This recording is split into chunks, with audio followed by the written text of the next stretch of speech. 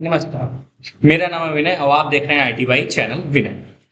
आप लोग को पता है एक ऐसा टॉपिक है कंप्यूटर में जो सभी बच्चों को क्लास फर्स्ट सेकंड थर्ड से ही बताया जाता है, बट आज तक वो बच्चे क्लियरली उसका कॉन्सेप्ट समझ ही नहीं पाते।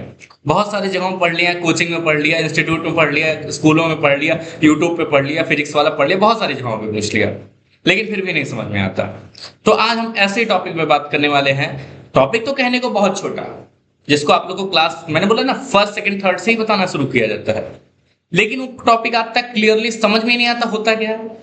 आइए, बहुत बहुत स्वागत है आप सभी लोग का आईटी बाई विनय में। हम देख रहे हैं रैम एंड रोम के बीच में डिफरेंस क्या होता है। रैम और रोम, सबसे पहले जो हमें नर्सरी से बताया जाता है रैम का डेफिनेशन रैंडम एक्सेस मेमोरी और रोम का डेफिनेशन रीड ओनली मेमोरी। तो जब भी आपसे कोई डिफरेंस पूछे तो सबसे पहला काम करा करो बेटा, एक कॉलम बनाया करो जिसमें एक साइड लिखो रो और दूसरी साइड लिखो कॉलम। सबसे बेस्ट एक्सप्लेनेशन वे होता है जब डिफरेंस की बात करता है। जब बातें डिफरेंस की आती है तो सबसे बेस्ट तरीका होता है कॉलम वाइज। तो एक में हमने पहले लिखा रैंडम एक्सेस मेमोरी, दूसरे में लिखा रोम रीड ओनली मेमोरी। ये हमें बचपन से पढ़ाया गया, लेकिन ये नहीं बताया गया जो रैम होता है हमारा टेम्परेरी मेमोरी होता है और रोम हमारा परमानेंट मेमोरी होता है। कहोगे सर कैसे? देखिए, रैम का मतलब क्या होता है, रैंडम एक्सेस मेमोरी। रैम हमारे कंप्यूटर का वो मेमोरी होता है जब तक हमारा कंप्यूटर ऑन होता है तभी तक हमारा डाटा को रखता है। जैसे अभी मैं कंप्यूटर मेरा ऑन है, स्क्रीन मेरी ऑन है, अभी मैं जो भी कुछ कर रहा हूँ ये डाटा कहाँ पे सेव हो रहा है, ये डाटा कहाँ सेव हो रहा है। मैं फोटो को छोटा बड़ा कर रहा हूँ, ये डाटा कहाँ सेव हो रहा है, ये डाटा हमारा रैम में सेव होता है, इसलिए इसको टेम्परेरी बोलते हैं। अगर मैं कंप्यूटर को शट डाउन कर दूं तो मेरा डाटा लॉस हो जाएगा, खत्म हो जाएगा।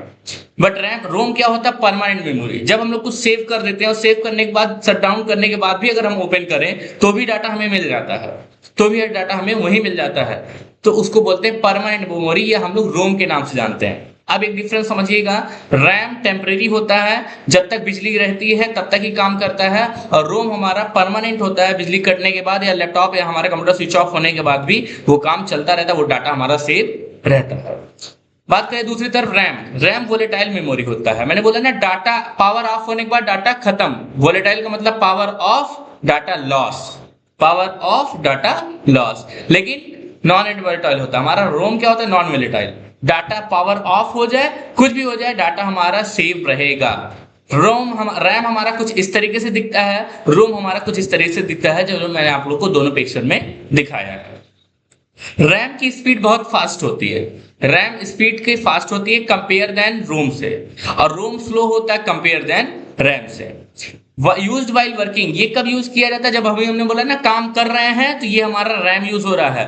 और यूज फॉर बूटिंग, और ये कब हमारा होता है, जब काम करने के बाद सेव करना होता है, इसको बोलते हैं यूज फॉर बूटिंग, सेव करने के लिए।